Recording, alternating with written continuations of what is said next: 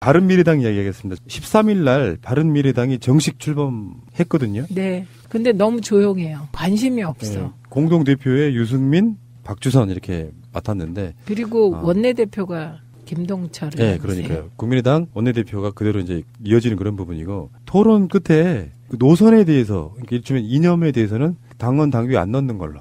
이분은 그런 건 되게 좋아해요. 안철수 씨가 원래 그랬잖아요. 민주당. 애매모 뿌옇게. 최근에 제가 방송하면서 느낀 것 중에 하나가 이념이 중요하구나. 이념이라고 하니까 막 이념 싸움 이런 게 아니고 가치관 노선인데 이게 정말로 일반적인 국민을 위해 정치를 할 거냐, 가진 자를 위해 정치할 거냐가 저는 가장 중요한 이념이고 노선이라고 보거든요. 그런 걸 안 넣겠다는 거 아니에요? 그러니까 이들이 민주당 당원에도 진보라는 말이 없다 뭐 이런 얘기를 했던데 당원의 진보라는 말을 넣고 안 넣고 이게 중요한 게 아니에요. 우리가 그때 광주 민주항쟁 당원에 넣는 문제로 안철수 대표가 그때 반대해가지고 무리빚었잖아요. 광주 민주항쟁 정신을 계승한다. 그러면 그게 보수겠습니까? 아 정말. 이게 이제 지금 굉장히 급하고 자신을 안 돌아본다는 뜻인데요.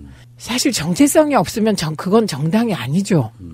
정당은 이념적 성향이 같은 사람들이 정권을 뺏기 위하여 만드는 게 정당이에요. 그런데 이념적 정체성이 없으면 그건 이제 이념적 정체성이 없으니까 정당이라고 보기 힘들어서 저는 이제 제가 평가하기를 정거장이다 이렇게 얘기한 거죠. 그러니까요. 네. 사실은 정치는 이념 그러니까 뭐 사회주의, 자본주의 이런 건 이념이 아니고 네. 누구를 위해서 정치를 할 거냐에 대한 정확한 명시가 있어야 되는 그쵸. 거죠. 자유한국당은요. 자기들이 흑수저당을 지향하겠다 하잖아요. 그렇게 사기를 쳐요 또. 아유 그래놓고 뭐 소방관 증원도 반대하고 안전공무원 다 반대하고 네. 그거에 또 속으시면 이제 좀 그만 속으세요 어머니. 그러니까 홍준표가 자기 자신에 대해서 이야기하는 부분을 듣고 센 말이 안 나왔네 하고 지금 팟캐스트를 끌 시점에서 다시 등장하니까 얼마나 놀라겠어요. 그런데 안철수는 애초에 이제 중도파, 중재파들로부터도 당대표 내려놓고 바른정당과 협상해야 되는 거 아니냐, 뭐 중재를 다 거절하고 계속 일관되게 합당이 되면 나는 당대표 내려놓겠다 해서 지금 내려간 상황이에요. 네. 안철수는 이제 대표라고 부르면 안 돼요. 네. 지금 이 순간에는 전 대표예요. 네. 근데 그러면 안철수는 앞으로 뭐 할 거냐? 서울시장? 근데 그 부분에 있어서는 안철수라고 하는 캐릭터가 제가 몇 달 전에 예상했던 부분인데 서울시장 쪽으로 분위기를 언론들은 띄우지만 네. 안철수는 뭐라고 일관되게 답을 해왔냐면요. 당이 맡기는 소임은 다 할 거다 이렇게 정말 정치인스러운 오딩이잖아요. 자기가 당대표일 때. 그럼 국회 입성하려고 할까요? 가능성이 높은 쪽을 선택할 텐데 아마 이건 여론조사의 추이나 흐름을 굉장히 중요시 볼 거라고 보는데 사실 서울시장은 가능성이 없다. 그런 관점에서 봤을 때는 일단 한 군데밖에 없다라고 봐요. 자기 당 사람인 최명길 의원이 우승을 이룬 송파 정도는 보수 쪽 개념으로서는 분위기는 뭐 서울시장 나가네 만에 엄청 띄우겠지만 결국에 가능성 없는 것보다 안철수 입장에서 지금 가장 갖고 싶은 무기는 저는 원내라고 보거든요. 본인 스스로가. 네, 네.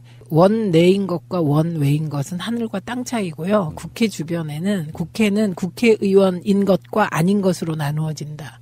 그러니까 나중에 결과적으로는 안철수가 송파울도 안 나갈 수 있는데 여론 사전 전기 작업에서 서울시장 나갈 것처럼 자기의 규모를 키워놓으면 일개 거기는 지역구잖아요. 그런 면에서 뭔가 다른 이유를 들어서 유턴할 가능성도 있다. 네, 근데 그것도 여론조사가 너무 안 나오면 본인 스스로는 철수한다 이렇게 보는 거죠. 근데 일단은 6월 지방선거에서 주요 포스트 서울시나 경기도는 바른미래당하고 자유한국당이 선거연대를 할 것으로 보이죠.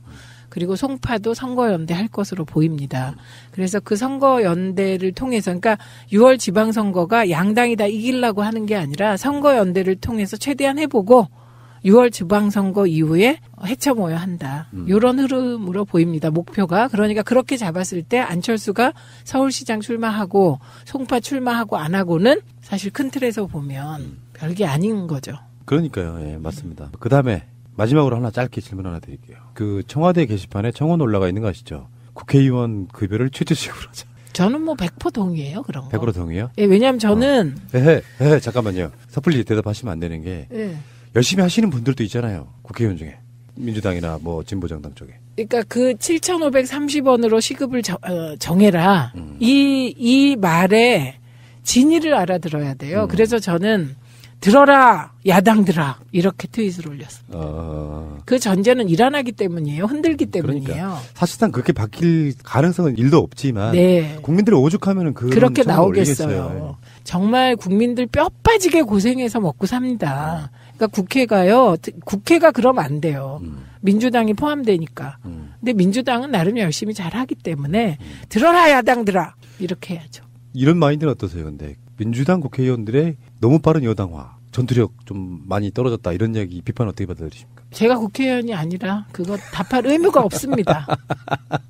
아, 비급한 변명입니다. 아니 저는 솔로몬의 지혜입니다. 네.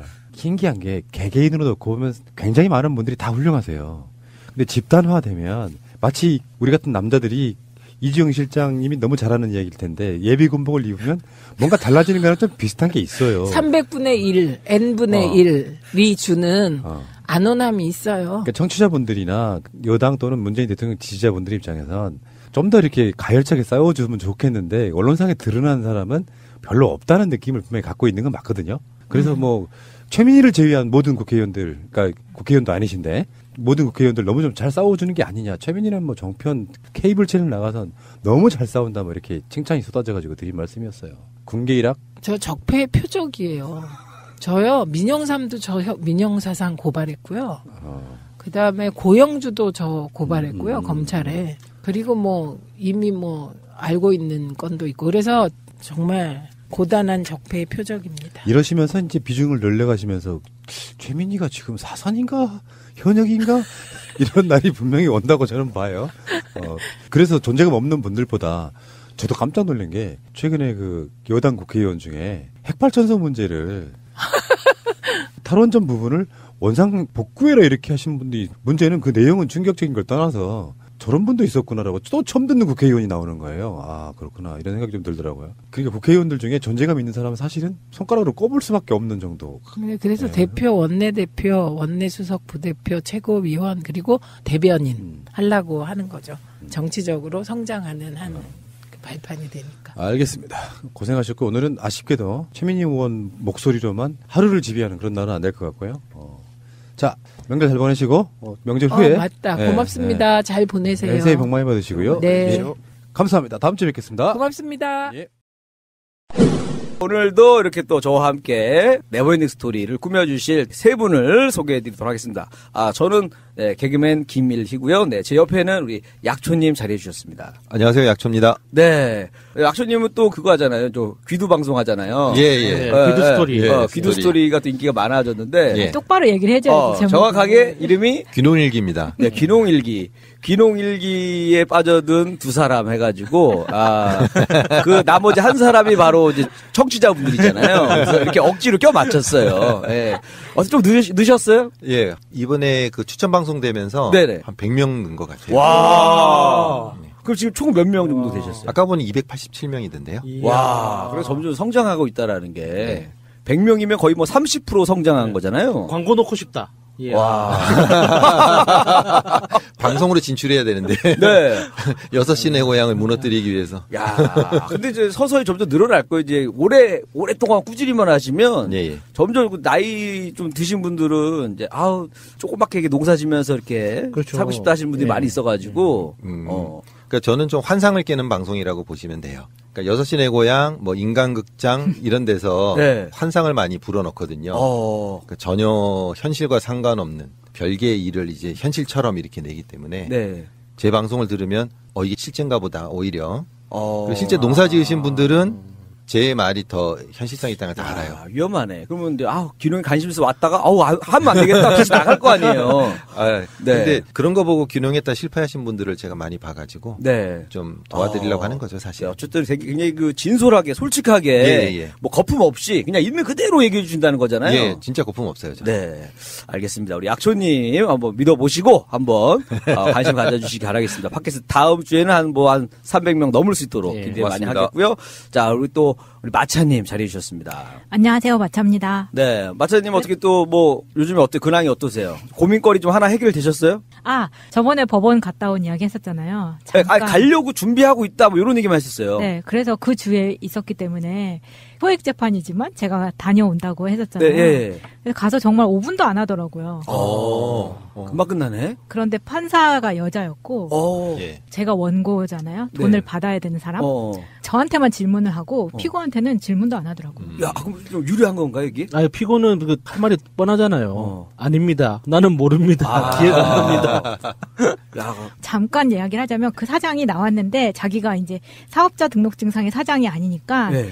자기가 대리로 나온 직원이라고 그렇게 판사 앞에서 얘기를 하는 거예요. 나는 알잖아요, 사실은. 네. 그래서 이 사람이 사장 맞다고 그랬더니 어. 위임장 가져왔으면 내봐라 해서 판사한테 줬는데 이 위임장 이렇게 쓰는 거 아니라고 얘기하고 그다음부터 이 사람한테 발언권을 아예 안 줘. 야. 그럼 결과도 나왔어요? 근데 이게 결과가 저도 자료를 가지고 왔고 저쪽에서도 네. 자료를 더 가지고 왔다고 그렇게 이야기를 하니까 그럼 이 자료를 내고 3월 중순에 다시 잡혔거든요. 그 네. 날짜가. 그래서 한 번 더 해야 돼요. 한 번 더. 그럼 이자까지. 이자는 계속 늘어나고 있는 거죠. 야, 그래서 제가 법적 지식이 없는 입장에서 좀 분석을 하자면, 눈치로 분석하자면, 네. 마차님한테 유리하게 진행되고 있습니다.